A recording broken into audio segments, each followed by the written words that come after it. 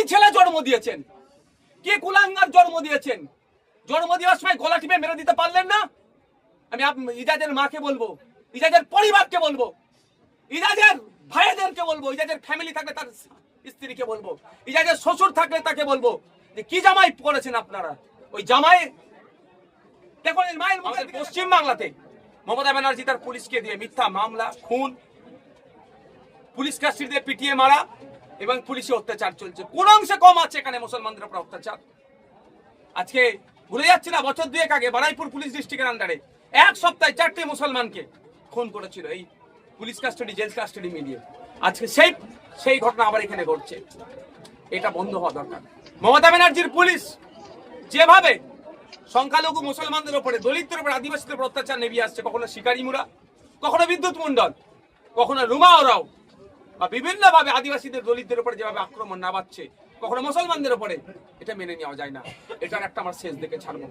Police এসে দেয়াল ভেঙে তৃণমূল নেতার বাড়িতে গিয়ে ডাবের জল বা পানি খাচ্ছে, সাথে করে তৃণমূল নেতাদের নিয়ে এসেছে। তো আই উইটনেস, ইনি আই উইটনেস তৃণমূলের নেতাদেরকে নিয়ে এসেছে। ওই ওনার ডাবের পানি খাচ্ছে ওই এসআই, কি নাম ওনার, ইজাজ সাহেব। ওনার ডাবের পানি খাও আমরা আইনের মাধ্যমে ছুটাবো। পুলিশ মন্ত্রী মমতা ব্যানার্জি যদি মনে করে ইজাজের মতো লোকেদেরকে বাঁচাবে তার দলের চাটুকারিতা করার জন্য, এর উত্তর আমরা দেবো। দেখতে পাচ্ছেন না, হাজার হাজার মানুষ কিন্তু আজকে রাস্তায় নেমেছে। আমি মোড় থেকে এখানে এসেছি, অন্তত 1000-3 মানুষকে পার করে আমি এসেছি। সব মানুষ কিন্তু খুবই ক্ষিপ্ত। আমি এসপি মহাশয়কে বলবো এখান থেকে সঠিক তদন্ত করুন। ইজাজ আহমেদ সহ যে 3 জন এসেছিল তাদেরকে ক্লোজ করুন, তাদের বিরুদ্ধে ডিপার্টমেন্টাল কোয়ারি শুরু করুন, তাদের বিরুদ্ধে ব্যবস্থা গ্রহণ করুন। অন্যথায় পুলিশকে উপরে যদি মানুষ আইন হাতে তুলে নেয়, ইজাজ জ্বর মেধা তখন দেখবে না। মানুষ যদি মনে করে এই পুলিশের প্রতি আর ভরসা হারিয়ে যাচ্ছে, পুলিশ যদি রক্ষক হয়ে যদি ভক্ষক হয়ে যায়, তাহলে বিপদ আছে। আমি চাইবো না মানুষ আইন হাতে তুলে নিক, কিন্তু আইন হাতে তুলে নেওয়ার আগেই পুলিশের ঊর্ধ্বতন কর্তাদের উচিত হবে এই ধরনের অবাঞ্ছিত যারা পুলিশের নামে যারা কলঙ্ক, পুলিশের নামে যারা নোংরামি ন্যাক্কারজনক কাজ করছে, শাসকের পায়ে জুতো চেটে বেড়াচ্ছে, তাদের বিরুদ্ধে ব্যবস্থা গ্রহণ করুক। অন্যথায় আমরা কিন্তু ব্যবস্থা গ্রহণ করবো গণতান্ত্রিক প্রক্রিয়ায়। আর মানুষ যদি আইন হাতে তুলে নেয় তখন আর কিছু করার থাকবে না। আমি অনুরোধ করবো সাধারণ মানুষকে আইন হাতে তুলে নেবেন না, আইন আদালতের প্রতি ভরসা রাখুন। এই বেটাদেরকে ছাড় হবে না। ভাবছেটা কি, পুলিশের বর্দি পরে যা ইচ্ছা তাই করলে? ওই পুলিশের যে ড্রেসটা পরে আছে, এসআই এর যে স্টার চিহ্নগুলো লাগানো আছে, এই মায়ের ট্যাক্সের টাকাতে ওই পড়ে আছে। ওই ইজাজ আহমেদের উচিত তার মায়ের কথা মনে করা। তাকেও কোন মা জন্ম দিয়েছে, এই ইজাজ আহমেদের উচিত, তিনিও কোন মায়ের গর্ভে জন্ম হয়েছে। নিশ্চয়ই পশুর গর্ভে ইজাজ জন্ম হয়নি, কোন কুত্তার গর্ভে ইজাজ জন্ম হয়নি, কোন মায়ের গর্ভে জন্ম হয়েছে। সুতরাং সেই মায়ের চোখের পানিটা ইজাজের মনে রাখা দরকার। ইজাজ সাহেব যদি মনে করে মমতা ব্যানার্জির পা চাটবে, তৃণমূলের পা চাটবে, ওর পা চাটা আমরাও বার করবো, ওর ব্যবস্থা আমরা গ্রহণ করব। একদম ছেড়ে কথা বলবো না। ইজাজ সাহেবকে বলবো এর মায়ের পানির চোখের দিকে দেখো। আর ইজাজ সাহেবের পরিবার আমার যদি ভিডিওটা থাকে, কি ছেলে জন্ম দিয়েছেন, কি কুলাঙ্গার জন্ম দিয়েছেন। জন্ম দেওয়ার সময় গলা টিপে মেরে দিতে পারলেন না। আমি ইজাজের মাকে বলবো, ইজাজের পরিবারকে বলবো, ইজাজের ভাইদেরকে বলবো, ইজাজের ফ্যামিলি থাকলে তার স্ত্রীকে বলবো, ইজাজের শ্বশুর থাকলে তাকে বলবো যে কি জামাই করেছেন আপনারা। ওই জামাই দেখুন, মায়ের মুখের দিকে দেখুন, মায়ের চোখের দিকে দেখুন। আমি ইজাজের মাকে আবারও বলবো কি ছেলে জন্ম দিয়েছেন, ইজাজের বাপকে বলবো কি ছেলে জন্ম দিয়েছেন।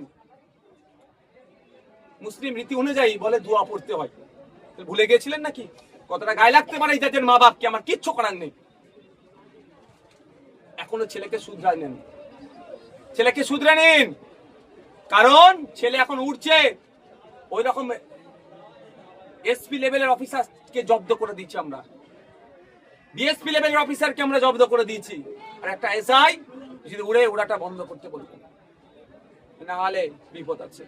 রাজ্যে সংখ্যালঘু দরদি সরকার চলছে, কিন্তু 43 জন সংখ্যালঘু বিধায়ক রয়েছে, 8 থেকে 10 জন রাজ্যসভা লোকসভার সদস্য রয়েছে। রাজ্যে বিভিন্ন জায়গায় সংখ্যালঘুদের উপর আক্রমণ হলে নওশাদ সিদ্দিকীকে যেতে হয়, তারা কেন যাচ্ছে না? ভাবুন তাহলে লাভ কি আছে? আমি বারবার বলে আসছি, ওই মুসলমান দিকে ভোট দিয়ে কিছু লাভ হবে না, দলিত দিকে ভোট দিয়ে কিছু লাভ হবে না, আদিবাসী দিকে ভোট দিয়ে কিচ্ছু লাভ হবে না। এই ভোট দিয়ে কিছু লাভ হবে না। মানুষের মতো মানুষকে যদি তৈরি করা যায় জনপ্রতিনিধি, তাহলে ছুটে যাবে। দুর্গাপুরে গরু নিয়ে যাচ্ছিল, উগ্রবাদীরা আক্রমণ করলো, সেখানে নওশাদ সিদ্দিকীকে যেতে হচ্ছে। বিদ্যুৎ মন্ডলকে খুন করলো, তার মায়ের পাশে দাঁড়াচ্ছে, আইনি লড়াই তার জন্য চালানোর চেষ্টা চালাচ্ছে, সেই নওশাদ সিদ্দিকী যাচ্ছে। পুরুলিয়ায় দলিত আদিবাসীদের উপর আক্রমণ হচ্ছে, নওশাদ সিদ্দিকী ছুটে যাচ্ছে। চোপড়াতে আদিবাসী চা শ্রমিকদের উপর আক্রমণ হচ্ছে, নওশাদ সিদ্দিকী ছুটে যাচ্ছে। এখানে মুসলিম মায়ের উপর আক্রমণ হলো, তার বাড়ি ঘর ভাঙচুর হলো, ছুটে আসছে নওশাদ সিদ্দিকী। সুতরাং আমি বলছি আবারও, এই মুসলমান দেখে 43 জন মুসলমান বিশাল কিছু করে ফেলবে, এটা আমি বিশ্বাস করি না। জনগণের জনপ্রতিনিধি তৈরি করতে হবে। আমি আবারও বলছি, মমতা ব্যানার্জি মহাশয়াকে বলছি, আপনার পুলিশ এসআই ইজাজের বিরুদ্ধে ব্যবস্থা গ্রহণ করুন।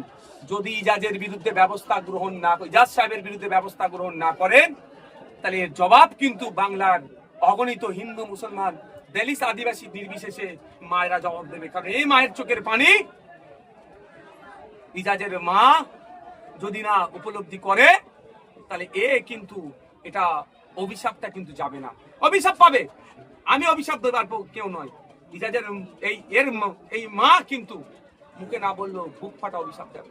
বাস্তব কথা বলছে, ছেলে বোম রেখে গেছে, আর এখানে মা ওখানে রান্না করে, যেখানে ওর মা রান্না করে, ওখানে কাঠ ছড়ায়, ওখানে ছেলে বোম রেখে যাবে। আমি এটাও বলে যাচ্ছি, পুলিশ যদি সঠিক ব্যবস্থা গ্রহণ না করে, বোমের কথা যেহেতু ওখানে উঠেছে, এনআইএ ইনভেস্টিগেশনে আসবে, এনআইএ আমি চিঠি করব। দুধকে দুধ পানিকে পানি হবে। তৃণমূলের নেতাদেরকে দিয়ে রমনামা, তখন ওই এসআই কে কিন্তু জবাব দিতে হবে এনআইএর কাছে গিয়ে। আমি এনআইএ কে প্রয়োজনে চিঠি করতে পারি, আইনি লড়াই তো করবই। পুলিশ ওভার অ্যাকশন, পুলিশ কি করেছে সে লড়াই তো হবে, সাথে সাথে এনআইএ কে প্রয়োজনে চিঠি করতে পারি, ডাকতে পারি। এসুক বোম যদি এই মায়ের ঘর থেকে বার হয়, এই মাকে জেলে পাঠাবো আমরা। কি অসুবিধা হবে তোমার যেতে? এই মায়ের ছেলে যদি বোম রাখে, এই মা আর মা বাটাকে জেলে ধরে ভরে দেবো, বলবো তুলে নিয়ে যাও, পুলিশকে তুলে দেবো। আর বোমের নামে একটা নিরীহ মুসলমানের বাড়িতে এসে ভাঙচুর চালাবে, আবার ঘটনা টুইস্ট করার জন্য এসআই লেভেলের অফিসার আসবে, ভাঙচুর চালিয়ে গিয়ে ডাবের পানি খাবেন। আপনি তৃণমূলের নেতার বাড়িতে ডাবের পানি খাবেন, কি মদ্যপান করবেন আমার দেখার দরকার নেই।